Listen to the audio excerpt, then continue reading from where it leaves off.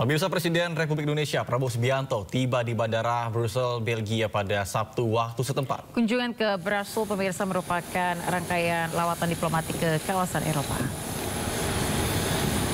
Setibanya di Bandara Brussels, Presiden Prabowo disambut secara resmi oleh jajaran pemerintahan Belgia serta Duta Besar Republik Indonesia untuk Kerajaan Belgia, Andri Hadi, serta atas KBRI di Den Haag, Kolonel Laut Rik Permadi Sobana.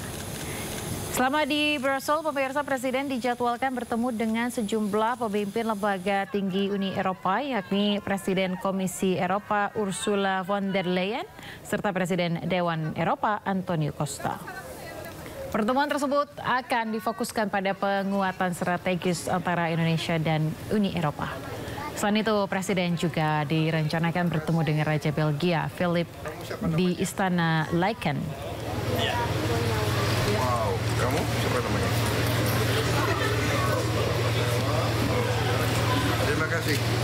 Terima kasih sekali.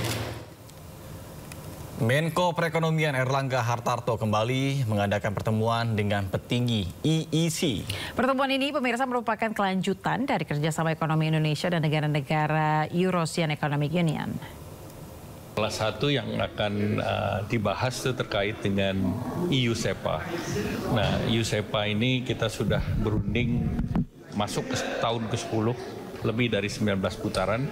Namun seluruh isunya akan selesai dan ini tentu merupakan sebuah milestone baru di tengah situasi ketidakpastian. Berarti antara Indonesia dan EU itu akan produk kita bisa masuk ke Eropa dengan tarif 0. Apakah ada kabar kapan ratifikasinya? Ya, tentu pertama nanti akan ada penandatanganan di kuartal ketiga tahun ini dan di Jakarta.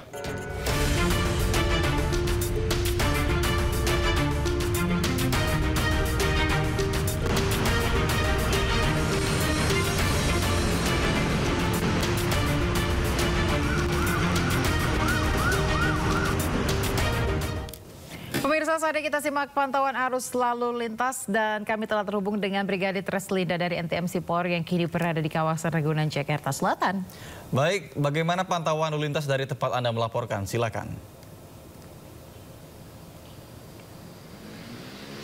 Ya baik, terima kasih rekan saya Nata dan juga Ayah di studio. Pemirsa, pada aktivitas saat ini arus lalu lintas di kawasan Ragunan ini mengalami peningkatan volume kendaraan, terkhusus kendaraan yang melintas di jalur tol Fatmawati yang keluar dari Fatmawati mengarah ke Ragunan pada pagi hari ini mengalami antrian di belakang traffic light sepanjang 200 meter. Selepas traffic light pun masih mengalami perlambatan kendaraan di pada pertemuan arus kendaraan dari arah Ragunan yang akan mengarah ke arah Pasar Minggu, kemudian kendaraan dari Fatmawati juga.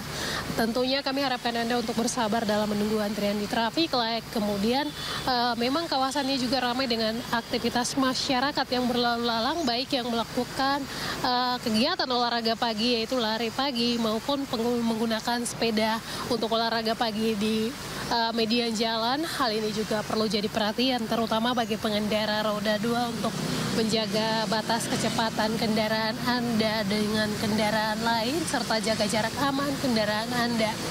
Kemudian untuk kendaraan dari Pejaten yang akan mengarah ke Cilandak maupun Ragunan juga mengalami peningkatan volume kendaraan di mana ada sedikit aktivitas masyarakat yang pada 1 jam lalu masih terbilang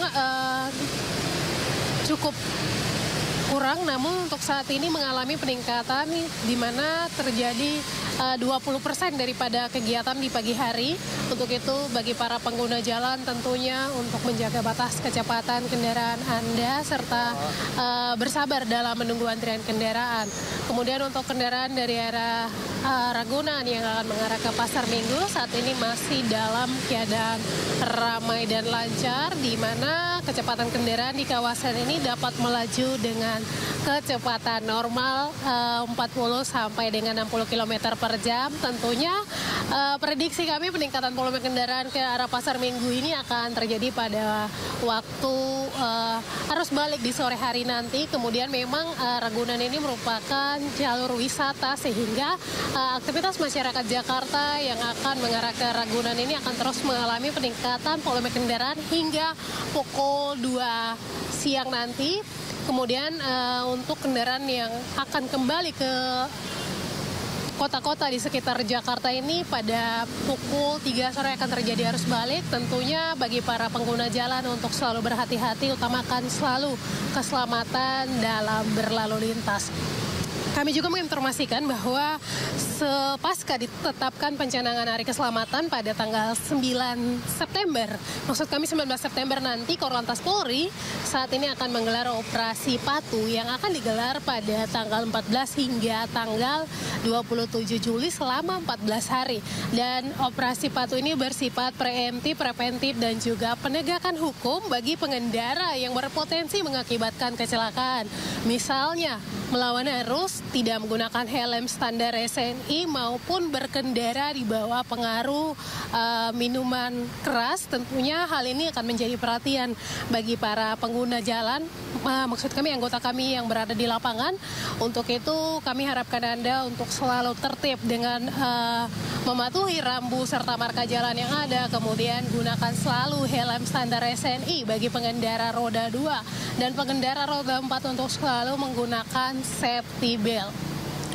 Hal ini untuk mencegah terjadinya kecelakaan lalu lintas, tentunya untuk menekan angka kecelakaan lalu lintas di seluruh Indonesia. Dan bagi Anda yang akan beraktivitas, periksa kembali kelaikan kendaraan Anda, kemudian Anda sendiri dalam keadaan sehat. Hal ini demi terciptanya lalu lintas yang aman dan juga lancar. Bagi Anda yang akan mengupdate informasi-informasi seputar arus lalu lintas terkini, kami siap melayani Anda di 1500669 ataupun melalui SMS Center kami di 9119. Ayah dan juga Nata kembali ke Anda di studio. Baik, terima kasih Brigadier Teras Legenda atas laporannya langsung dari kawasan Ragunan. Selamat bertugas kembali dan salam presisi.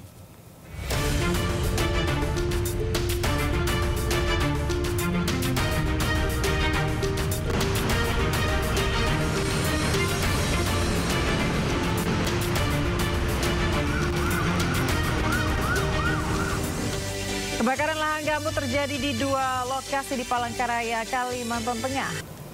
Kita ke informasi lainnya, pemirsa. Libur sekolah segera berakhir. Objek wisata air di Bogor, Jawa Barat diramaikan pengunjung anak. Sementara di Bantul, Yogyakarta, anak-anak semangat bermain layang-layang 3 dimensi. Ratusan warga yang dominasi anak-anak sekolah memadati wisata air Jati Ombo Water Park, Parungpanjang, Kabupaten Bogor, Jawa Barat.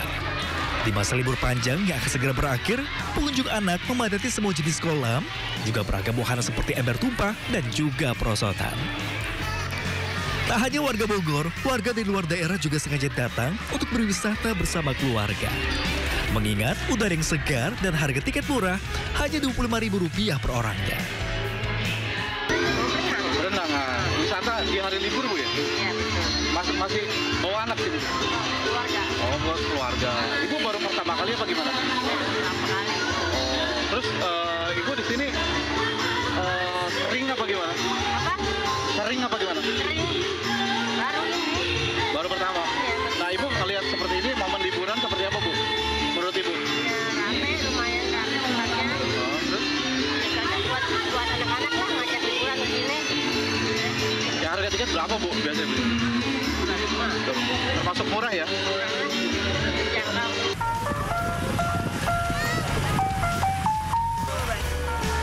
Sementara di lapangan Kebun Agung Imogiri Bantul, sejak libur panjang sekolah selalu ramai. Kali ini, tanah lapang yang biasanya untuk main bola berubah menjadi tempat puluhan layang-layang naga 3 dimensi mengudara yang dimainkan oleh puluhan anak-anak. Awalnya hanya ada beberapa layang-layang, namun semakin hari semakin banyak layang-layang naga 3 dimensi yang mengudara. Buat satu layang-layang ini habis berapa nih Mas kira-kira? Jutaan. Jutaan? Terus lama? Lama hampir sebulan. Ini panjangnya berapa meter nih? 60 sampai. Terus kepalanya ini dibuat dari apa? Pesan atau apa nih? Bikin Mas. Bikin dari apa? Bambu sama spon hati. Apa sih serunya main layang-layang naga ini, Mas? Ya asik aja lah tari-tariannya. Kenapa nggak layang-layang biasa gitu kecil? Kurang menarik. Apa sih Mas Dul menariknya dari layang-layang naga ini? Tarik apa ya, Pak layangnya, Pak? Daripada layang biasa gitu ya. Bawa soalnya. Oh, panjang. Terus sensasi nariknya gitu berat nggak kira-kira? Berat. Penerbangan puluhan layang-layang naga ini ternyata memberikan dampak positif dan edukasi bagi anak selama libur panjang sekolah. Bahkan ke depannya, warga sekitar akan memperpanjang dan tetap memberikan kesempatan bagi anak-anak berkreasi menerbangkan layang-layang di lapangan ini. Tim Liputan iNews melaporkan. Baik pemirsa, saya sudah Sindo Today hari ini. Jangan lupa Anda bisa mendapatkan informasi terkini dan terbaru di kanal YouTube Sindo News dan atau melalui portal yang menghadirkan berita daerah, berita nasional dan berita internasional di sindonews.com. Mewakili kerabat kerja yang bertugas, saya Aya Nufus. Dan saya Nata Arman pamit undur diri. Terima kasih dan sampai jumpa.